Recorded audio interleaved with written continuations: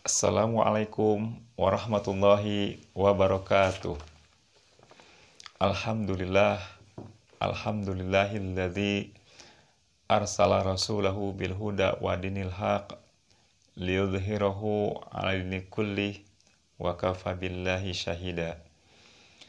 Asyhadu an la ilaha illallah wahdahu la syarikalah wa asyhadu anna Muhammadan abduhu wa rasuluhul ladzi la nabiyya wa la rasula ba'dah. Allahumma sholli ala Muhammadin wa ala alihi wa ashabihi wa man tabi'ahum bi ihsanin ila yaumiddin, amma ba'du. Pemirsa yang dirahmati Allah Subhanahu wa taala. Alhamdulillah atas izin Allah dan juga berbagai kenikmatan yang Allah berikan, mulai dari nikmat iman, nikmat Islam, serta berbagai kenikmatan lainnya. Di bulan yang mulia ini, kita masih berkesempatan untuk bisa melaksanakan saum Ramadan, di mana tidak semua orang mampu untuk melaksanakannya, dengan berbagai alasan tentunya. Baik itu alasan syar'i, maupun alasan yang tidak syar'i. Salawat serta salam semoga tetap tercurah limpahkan kepada Habibana Muhammad Sallallahu Alaihi Wasallam, kepada para keluarganya, para sahabatnya, para tabi'in, tabi'ut tabi'in, dan kepada seluruh umatnya yang tetap senantiasa patuh dan taat terhadap seluruh ajaran yang beliau bawa. Pemirsa yang dirahmati Allah Subhanahu wa taala. Bulan Ramadan sering juga disebut sebagai Syahrul Jihad, bulan perjuangan atau bulan peperangan. Hal ini bisa kita pahami dari sejumlah aktivitas Rasulullah, para sahabat, dan juga salafus soleh, di mana mereka semua telah menjadikan Ramadan sebagai bulan untuk melaksanakan peperangan. Hal ini bisa kita telusuri dari jejak sejarah. Misalnya, ada peristiwa Perang Badar Al-Kubra, peperangan pertama kaum muslim bersama Rasulullah melawan orang-orang kafir Quraisy, di mana kurang lebih 300 lebih pasukan muslim menghadapi kurang lebih 1.000 pasukan kafir Quraisy. Sebuah jumlah yang sangat jomplang, yang kalau dalam nalar manusia mustahil kaum muslim bisa menang. Apalagi peperangan itu dilaksanakan di bulan Ramadan dalam keadaan saum di padang pasir yang panas. Tentu ini akan sangat melelahkan. Tetapi justru peristiwa tersebut malah menjadikan kaum muslim meraih kemenangan yang gemilang. Lantas, apa rahasianya? Rahasianya adalah karena keimanan yang kuat. Di mana memang Ramadan itu sebagai bulan terbentuknya atmosfer keimanan yang kuat. Rasulullah dan para sahabat menjadikan Ramadan sebagai bulan untuk semakin meningkatkan kadar atmosfer keimanan mereka. Dan keimanan yang tinggi itu, perintah Allah untuk berjihad itu kemudian betul-betul dilaksanakan dengan sepenuh hati, tanpa nanti.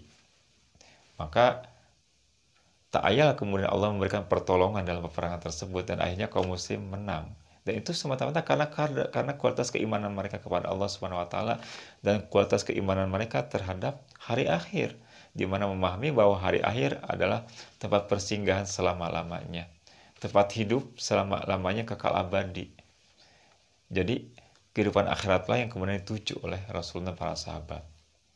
Selain perang Badar Al-Kubra, ada lagi kemudian perang Khandaq, perang yang ini juga sangat luar biasa, di mana 3.000 pasukan muslim harus menghadapi pasukan Ahzab, pasukan gabungan, sekitar 10.000 pasukan Ini juga jumlah yang cukup jomplang gitu ya.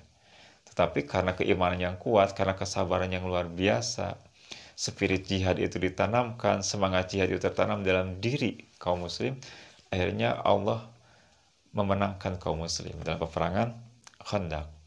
Juga ada perang Tabuk, peperangan terakhir yang disertai oleh Rasulullah SAW, yang itu pun sama, meraih kemenangan, perang melawan pasukan Romawi. Juga ada pembebasan Al-Quds, yang itu juga meraih kegemilangan yang luar biasa, yang itu dilaksanakan di masa kekhalifahan Umar bin Khattab. Juga berikutnya oleh Salahuddin Al-Ayyubi. Selain itu juga ada perang Ain Jalut, perang kaum muslim melawan tentara Mongol, yang kemudian berakhir dengan kemenangan di tangan kaum muslim. Juga ada perang Yakhlij, ada perang penaklukan Andalusia, penaklukan Amuriyah, dan juga di Nusantara pernah ada namanya perang pembebasan Sunda Kelapa yang dipimpin oleh Sultan Fathahillah. Nah, ini kemudian jejak-jejak sejarah yang tidak terbantahkan, yang menunjukkan bahwa memang bulan Ramadan itu senantiasa dijadikan oleh Rasulullah, para sahabat, serta kaum muslim berikutnya untuk melaksanakan jihad, melaksanakan peperangan. Dan di dalamnya memang tertanam semangat atau spirit jihad itu. Nah, lantas bagaimana kita saat ini? Nah, cuma sayangnya memang Ramadan saat ini banyak kaum muslim yang malah sebaliknya memahami Ramadan itu sangat sempit gitu ya. Di mana Ramadan itu hanya dipahami sebagai sebuah bulan untuk meningkatkan kadar kualitas ibadah ritual semata, sholatnya, tadarusnya, sodakohnya, kemudian amal-amalan sunnah lainnya gitu. Memang itu semua sebagai amal soleh.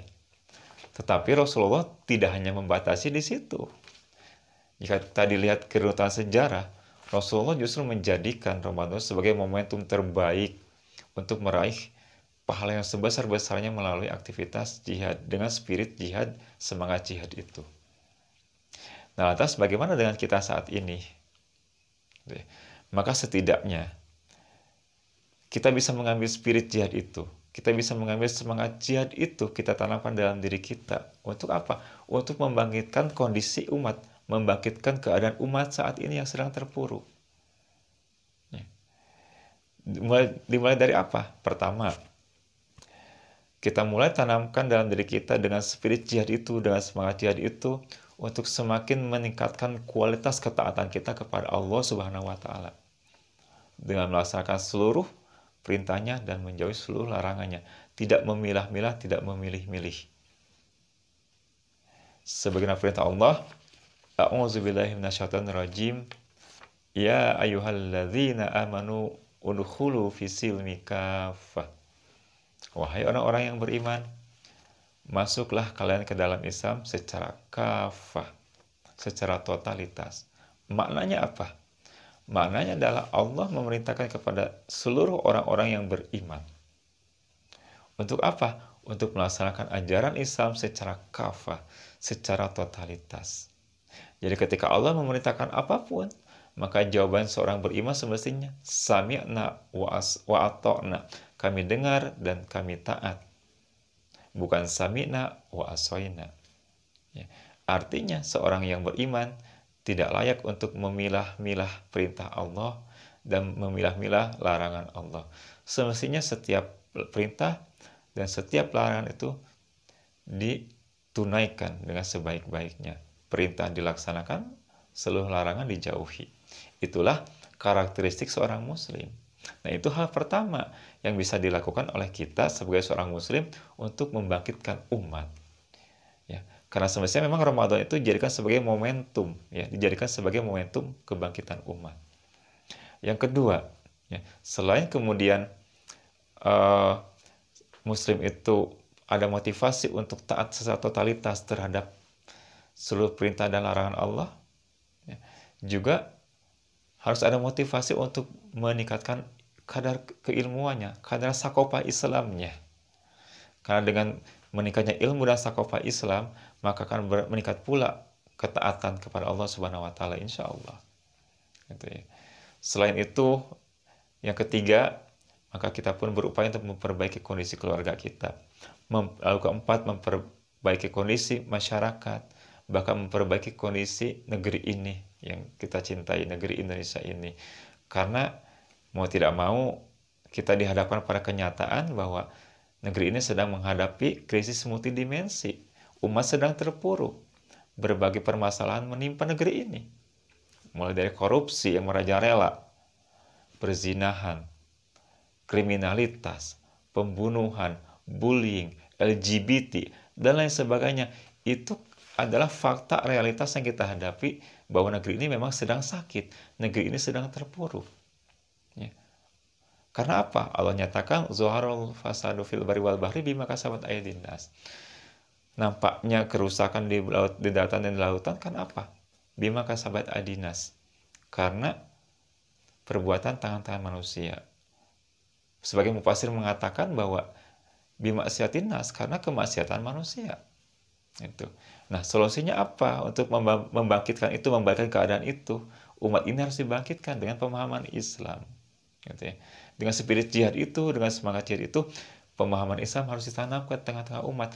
Bahkan harus menjadikan Islam sebagai solusi atas permasalahan multidimensi negeri ini. Karena kita harus meyakini sangat seyakin-yakinnya, beriman dengan sepenuh hati bahwa memang Islam itu sudah turun dengan sempurna, membawa segudang solusi untuk menyelesaikan permasalahan di dunia ini sampai hari kiamat nanti. Maka permasalahan multidimensi di negeri ini insya Allah akan bisa tuntas tanpa meninggalkan jejak masalah hanya dengan Islam. Syariat Islam, ajaran Islam itu adalah ajaran yang mampu menyelesaikan setiap problem manusia tanpa meninggalkan sisa masalah. Insya Allah kita harus yakin dengan semua itu. Maka sekali lagi bahwa Ramadan ini harus kita jadikan sebagai bulan untuk membangun semangat jihad kita, ya, dan juga membangun momentum kebangkitan umat. Umat harus bersatu, tidak boleh berpecah, karena sejatinya memang umat Islam itu adalah umat yang harus bersatu. Dengan bersatu, maka umat akan kuat. Dengan kuat, maka umat akan bangkit. Jika umat bangkit, maka negeri ini akan menjadi negeri yang baldatun thayyibatun wa rabbun ghafur.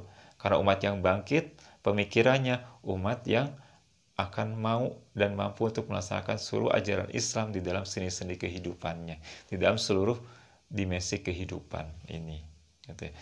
Nah, hadirin pemirsa rahimakumullah, itulah kultum yang bisa Al-Fakir sampaikan. Semoga ada hikmah yang bisa dipetik dari apa yang Al-Fakir sampaikan. Aqulu qauli hadza wa astaghfirullaha li wa lakum. Assalamualaikum warahmatullahi wabarakatuh.